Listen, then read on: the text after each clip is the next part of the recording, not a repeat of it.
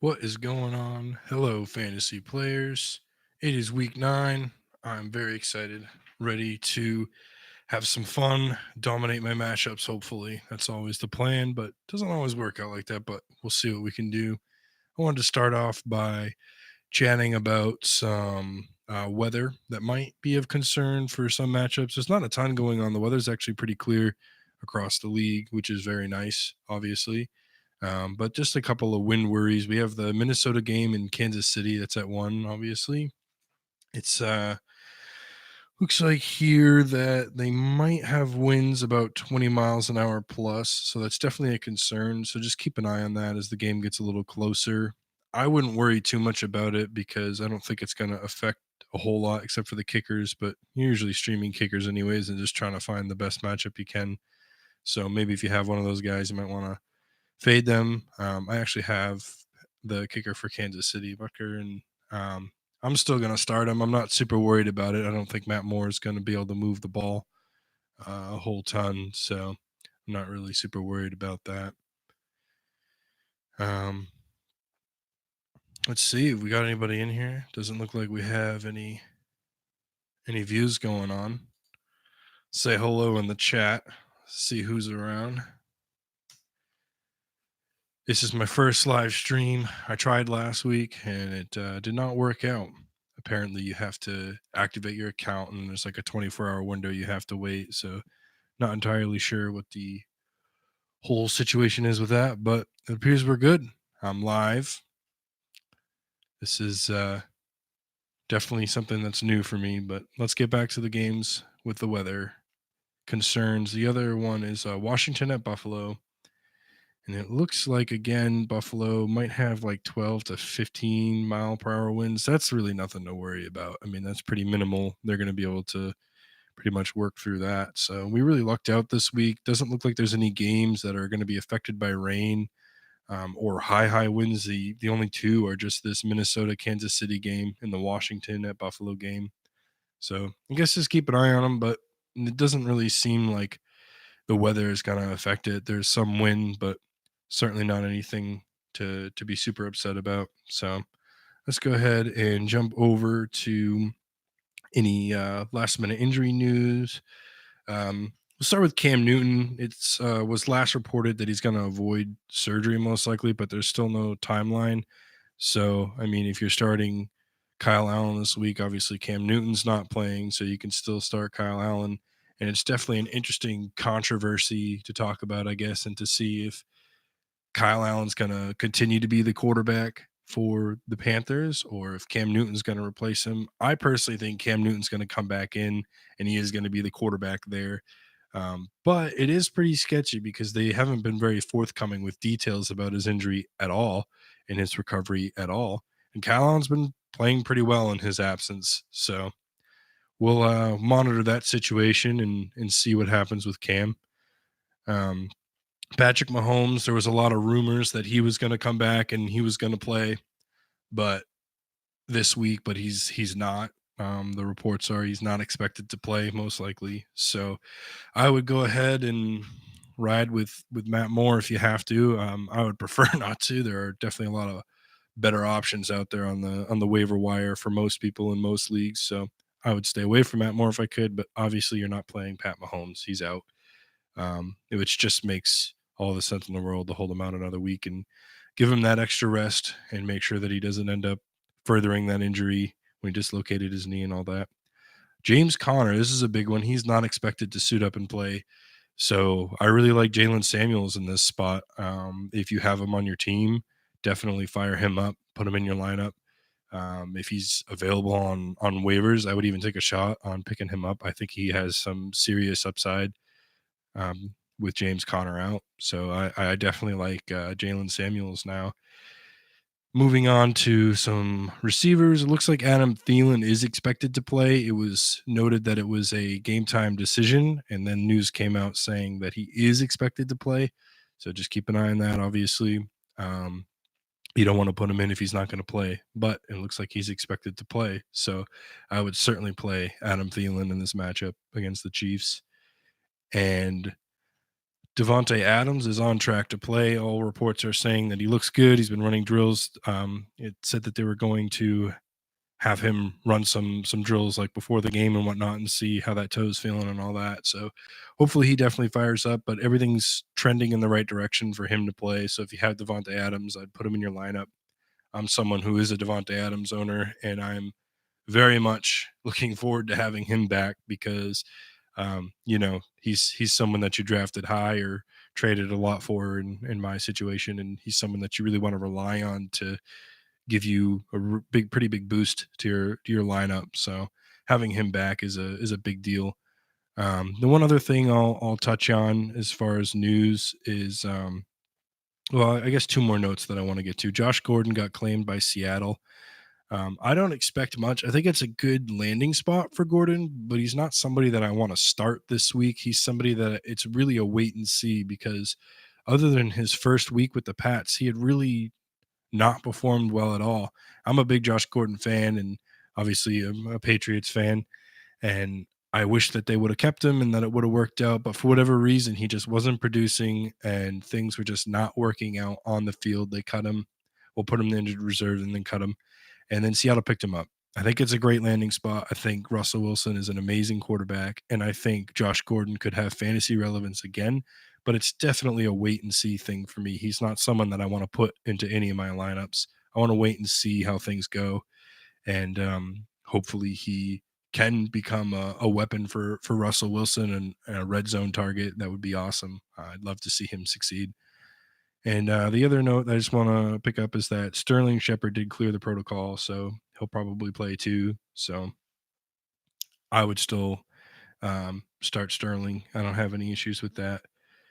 So, well, that pretty much covers all the injuries and all the news as far as the weather goes. And again, if you weren't listening at the beginning of the stream, there was only two games that were really affected by weather, and they're not going to be affected by much. It was just really the Minnesota and Kansas City game. It looks like they might have winds that are 20 miles an hour plus, so it's not terrible, but it certainly limits what you can do with the further kicks. Long field goals and kickoffs and deep balls and things like that. So definitely keep an eye on it, I guess. But I wouldn't shy away from that matchup too much. There's still a lot of fantasy value to be had there for sure. And then Washington at Buffalo looks like 12 to 15 miles per hour winds, which is, relatively nothing. Certainly nothing to really worry about or be too concerned. So, um, well, I see that I got a couple people watching here. Looks like three. So, hey guys, I appreciate you tuning into the stream. Um, I was hoping that I could have some start sit questions, but I don't see any popping up yet. But hopefully, as I continue to do these streams and videos and keep putting out content for fantasy, hopefully I can get some more interaction, so I can really help you guys out. Um, but as far as football goes, I'm super excited. It really feels like this week is going to be a fun week of football. There's a lot of really cool matchups coming up. Obviously, tonight we have the matchup between the Patriots and the Ravens that I'm very excited about. A lot of people have been talking about the Pats and how they're not really a good team. They haven't really played anybody who's good yet. And I think it's a really good opportunity for them to prove themselves and show that they really can play with a good football team. And I think a lot of people would agree that Baltimore falls under that category of a good football team. Maybe people don't want to call them great or one of the best in the league or anything like that, but I certainly think they're on the top half. So let's see. I get a couple questions here. Tyrell or Adrian Peterson? So Tyrell Williams, I like Tyrell Williams to a certain degree. Pretty good matchup against Detroit. I would stay away from him though, because if you look at his fantasy finishes, if you just look at the numbers, it looks, oh, that's pretty solid. That's pretty solid. That's pretty solid. But it's all been touchdown dependent. So you take away the touchdowns that he's been getting, and it's really not great. It's not fantasy production that you want to rely on. I really like Adrian Peterson, honestly. I would start Adrian Peterson over Tyrell Williams myself for sure. With that new offensive coordinator in there, they've really been pounding the ball. Adrian Peterson's been playing well, even for an old man. plus matchup, I think. So I would definitely roll with Adrian Peterson over Tyrell Williams. I think touchdown regression is coming for Tyrell Williams negatively. So we really can't depend on him to catch a touchdown a game. That's just not going to keep up. And that's what's been happening so far that's kept him fantasy relevant. So I would rather bet on the guaranteed workload that AP is going to get, and certainly the good chance that he'll find the end zone as well. So certainly AP for me. The next question I have here is Lamar or Darnold? This is a really good question because you have Lamar Jackson, who's playing against the Patriots, who have just been dominating opposing offenses. And you have Sam Darnold, who's really been struggling, but playing against Miami. I have to kind of lean Jackson, to be honest. I don't think Lamar Jackson is going to have a great day as far as on paper. I think he's going to throw some picks. I think he's going to have an ugly game, but I think he's going to be able to scrape some fantasy value out of this. I think he's going to throw a lot because he's going to need to, and I think he's going to run. I know the Patriots are going to really focus on shutting that run down, but Lamar Jackson is a elite rusher. He is a running back playing quarterback. And I really think that that rushing floor that he presents is really undervalued in fantasy. A lot of people kind of look away from quarterbacks who can run and they start to devalue that. They don't really place the proper value on that. And it's really hard to get a quarterback that gives you that rushing floor in your fantasy lineup. So I would rather go Lamar Jackson, to be honest. Now, again, somewhat team dependent. If I really want to go all in, if I feel like I need a home run play, I think that Sam Darnold has some really good upside because of the matchup. I feel like it could be a game where, oh my goodness, Sam Darnold explodes and he throws for 3, 4 touchdowns, 350 yards, has a great day. I think that that is in the realm of possibilities. I just don't think it's very likely. His deep ball is the worst in the NFL right now. He was seeing ghosts against us, and I think it's a good get right matchup, obviously, because the Dolphins are just a laughing stock of a football team right now. But Ryan Fitzpatrick has certainly shown the ability to keep things interesting on the other side of the ball. So I do think that they'll still need to air it out some. I just, like I said, I really do like Lamar Jackson's floor. So if you need a huge upside play, sure you can go with Darnold, but I really think that Lamar Jackson's the play here because he's going to give you that rushing floor. It might be a little bit of an ugly game, watching it, but I think at the end of the day, he's going to have a pretty decent fantasy finish. Let's see, we got Paris Campbell, Preston Williams, AP. Pick two of these three. Hmm. That's interesting. So, hmm. I guess again, it's kind of like a team dependent thing because when I look at receivers, especially, receivers are usually fall into two categories for me. Well, I guess three categories, but two main categories. Either, um, you talk about ceiling and floor. I think a lot of receivers either have that high ceiling or low floor, or they have that high floor but low ceiling. And then there's the really good receivers that have the high floor and the high ceiling. And so someone like Preston Williams is someone who I see as a basement floor. This guy could post a 0 and it wouldn't shock me. But he also could post a 15 or 20 point game and it wouldn't super shock me, especially with Ryan Fitzpatrick throwing the football. He's someone who he's a gunslinger. He's not afraid to take risks at all. We saw it last year at the beginning of the year with Tampa. He was throwing the ball everywhere, and people were like, "Geez, these Tampa Bay Bucks are just how are you going to stop them?" They got Ryan Fitzpatrick throwing the ball all over the field, and he had his whole press conference thing where he came out wearing I can't I think it was Deshaun Jackson's clothes or whatever, and he had all his chest hair hanging out and all the sunglasses, and he was all swaggered up and he was feeling pretty good about himself. So, um, yeah, he's someone who he's not afraid to throw the ball downfield, take shots, take chances, and they work often for him. He's someone who maybe he throws 4 picks, but there's a good chance that he throws for 400 yards, 4 touchdowns, and 4 picks. So that's just the type of player Ryan Fitzpatrick is. So as far as a home run goes, I really, really like Preston Williams. And again, I think AP is a really solid start. So between Paris Campbell, Preston Williams, and AP is a definite yes. Pick 2 out of 3 for those. And then Preston Williams is my home run shot. Like I have a really tough matchup and I really need to take a chance here so I can beat this guy. And then Paris Campbell's my more, I think he's got a better floor, a better chance of posting at least not a zero, at least not a dud, maybe getting me like that 5 to 10 points floor, but also has decent potential for a little bit higher of a ceiling. Um, but yeah, I think honestly, in most situations, I'm going to go with Preston Williams and AP. AP is a definite yes for sure. So, well, I don't know if you guys have any more questions that you want to send through the chat here, or if you're someone who's watching and you have my Twitter or you have my cell number, you could certainly text me or tweet at me any questions that you may have, any lineup questions that you want answered. Not seeing anything pop up here at the moment. Double check here. Looks like I am clear of any questions. I hope you guys are pumped for this week. I know I am very excited for El Football.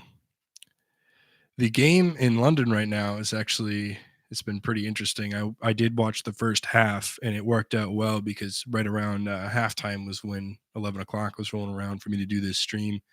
It's been a great game. It's been fun to watch. Deshaun Watson is playing out of his mind. I mean, multiple times the announcer even says like, and Deshaun Watson goes down, and then he throws the ball just before he's down, and he like completes it to Duke Johnson. Twice it's happened for like a 20-yard gain, and then like a 25-yard gain or 16. And it's been really fun to watch Deshaun Watson play, and it's exciting to think of the future that he has, especially if he can stay healthy.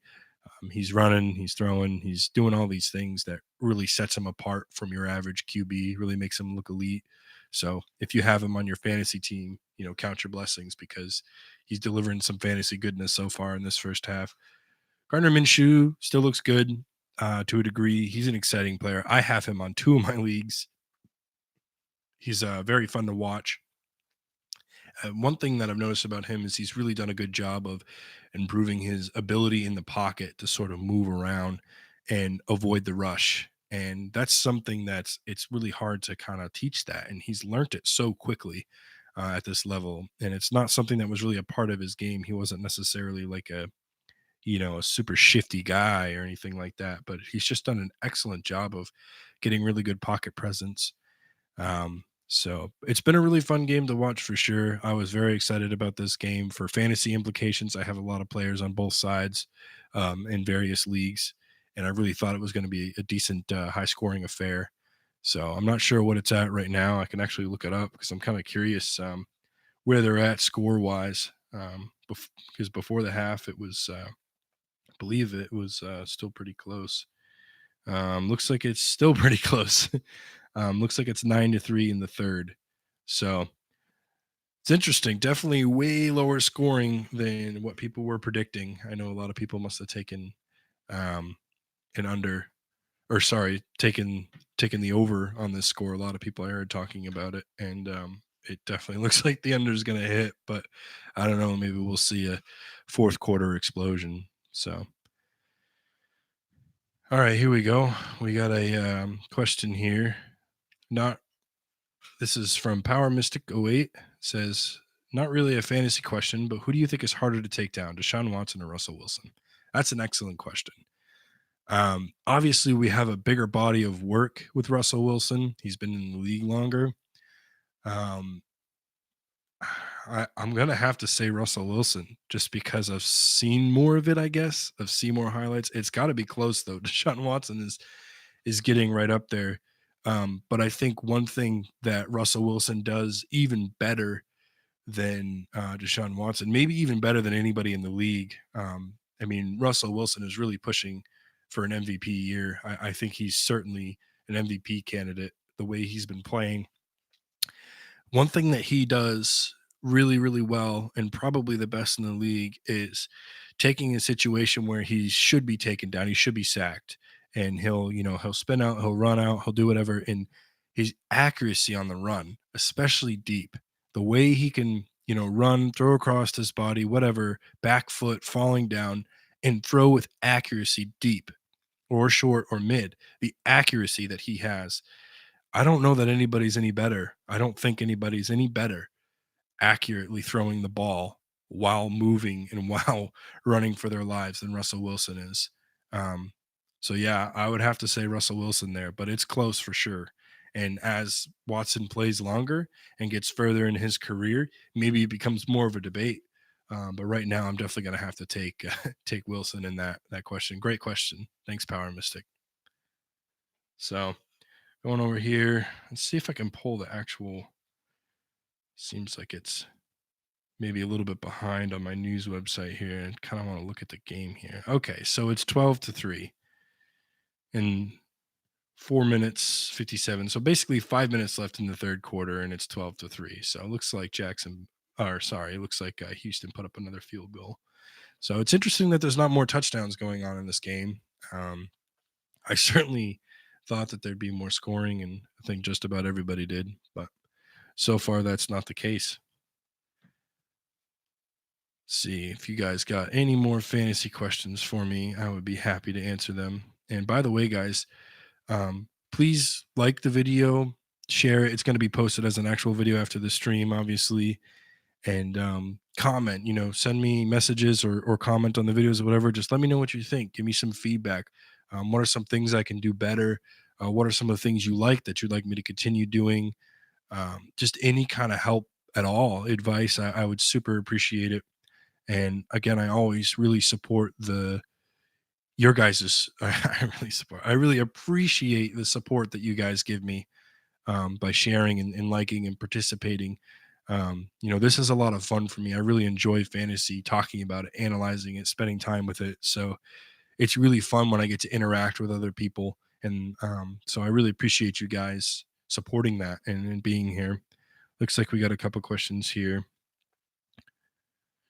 Um, Okay, so I have a question here. When Josh Gordon is ready to go, how will that affect DK Metcalf?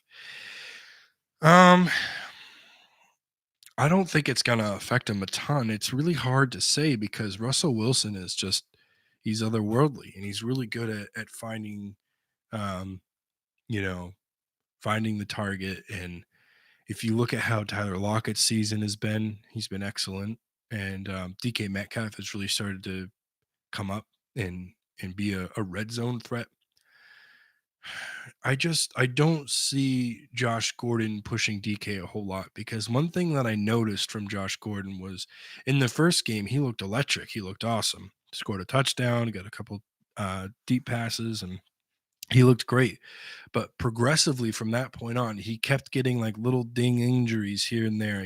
Dinged his knee, dinged his finger, all these tiny little injuries that started to add up, and he really started to kind of slow down. It looked like he wasn't as fast. He wasn't as aggressive. He was dropping balls and he just didn't look like the same Josh Gordon. And I think that Seattle's a really good situation for him, but I think that's more of a depth piece for Seattle. I think they added him just to kind of have that depth in case someone does go down. But I mean, DK Metcalf is an athletic freak. I mean, his pictures that came out before the combine, he was all jacked up and everybody was all excited about him. He's super athletic, but a lot of people said, he's not ready yet. He's got all this athleticism, but he's just not ready to be an NFL receiver. I'll tell you what, Russell Wilson has got him ready to be an NFL receiver, and I feel like the sky's the limit for DK. The fact that the target share that DK has in the red zone is something that makes him super valuable. And I just don't see Josh Gordon pushing him out. So I don't think it hurts DK's value at all. I think that DK is going to continue to stay about the same. But it's something to monitor because if Josh Gordon does go in and does start playing like the Josh Gordon of last year or of yesteryear, When he was really good, then yeah, absolutely, DK's value is going to take a hit. But I just don't predict that to happen. One, someone says, "My wife says you sound like Seth Rogen." That's funny. I have gotten that before, um, a few times. I guess it's a fair analysis. I don't think I look like him because I'm like 6'4", and I shouldn't say that. That's mean.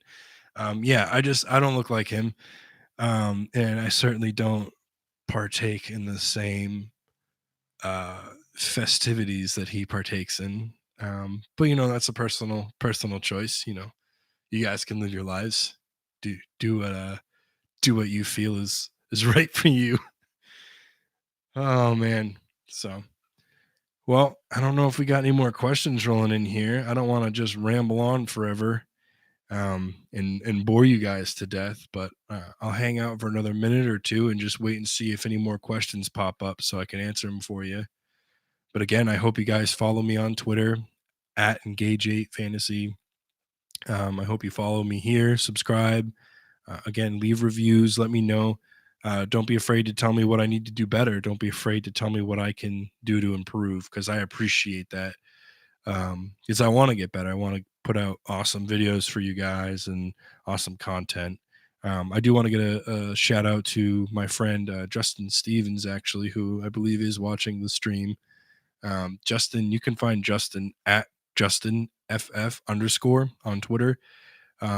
Justin is someone who has really been supportive of me from the beginning. When I started doing some podcasts and tried to get this YouTube channel going and everything, Justin's been very supportive, very helpful. And I actually had Justin, I talked to him yesterday, I believe it was, about kind of becoming a partner of Engage 8 Fantasy and really investing in whatnot. So I just wanted to give him a shout out. Go follow him on Twitter. Him and I are going to be doing some stuff together. I'm sure he'll be doing some videos, and he's going to have access to the Twitter account as well. So he will be sharing stuff on there. And we have plans to build a website that's going to have a lot of fun stuff.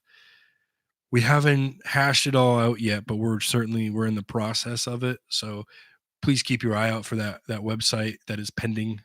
We really want to make it fun for you guys and interactive, and we're going to keep going through the rest of the season, through the off season and whatnot. And we really hope that by the time next season rolls around, we'll really have a good handle on things. A regular schedule of live streams and podcasts and stuff to do on the website. And if we get real ambitious, maybe we'll be able to hook you guys up with an app, because I know everything is app based now. There's an app for everything, and that's really what everybody wants to do. They want to just grab their phone and load it up and set their lineup and get the analysis they want and need and all that. So um, uh, that's something that we hope to do. So I really hope you guys enjoyed this stream. I hope that you all win your fantasy matchups and just dominate.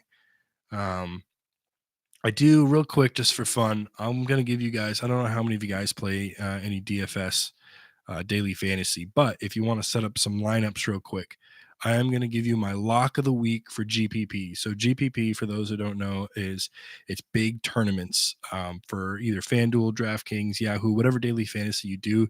It's where you have big prize pool, but you also have really big participant numbers. So you usually want to be more contrarian in those versus cash games, 50-50s, where you're trying to do, like, you want high ownership percentages so that you can just finish in the top 50 and then cash, make money. So for GPP, for big tournament plays, if anybody wants to take a swing, my favorite stack this week, my stack of the week, is Derek Carr and Darren Waller. And a secondary stack that I don't hate is in that same exact game, and it is Matthew Stafford and any one or two of his receivers I'm comfortable with, depending on what you want to do with the rest of your lineup. If you really want to pay up at running back, which I suggest doing, you're going to want to go with Matt Stafford and then probably Marvin Jones, maybe even Danny Amendola, because there's just so much value to have there. Matthew Stafford has been playing out of his mind The Raiders are a terrible defense, especially against the pass. They're not half bad against the run, and also Detroit has no run game. So I think this is going to be a barn burner. It's going to be a fun game to watch. So I really like Derek Carr and Darren Waller as a stack on one side, and I really like Matt Stafford and any one or two of the receiving options that he has. TJ Hawkinson you can throw in too if you wanted to as one of the 1 to 2 stacked, but you don't want to go too heavy with the Lions. You want to pick like one or two of those weapons. I feel like my favorite being Marvin Jones, just for value and percentage that I think he's going to have a really good game. Um, but TJ Hawkinson isn't a bad play. He's going to have pretty low ownership, and he's got really good upside. He's just, if he caught every single touchdown that was thrown to him this year, he would have like 8 touchdowns right now. He just keeps dropping them. So um, if he can just clean that up and get better hands, then he'd really be a stud. But I hope you guys enjoyed. I'm out.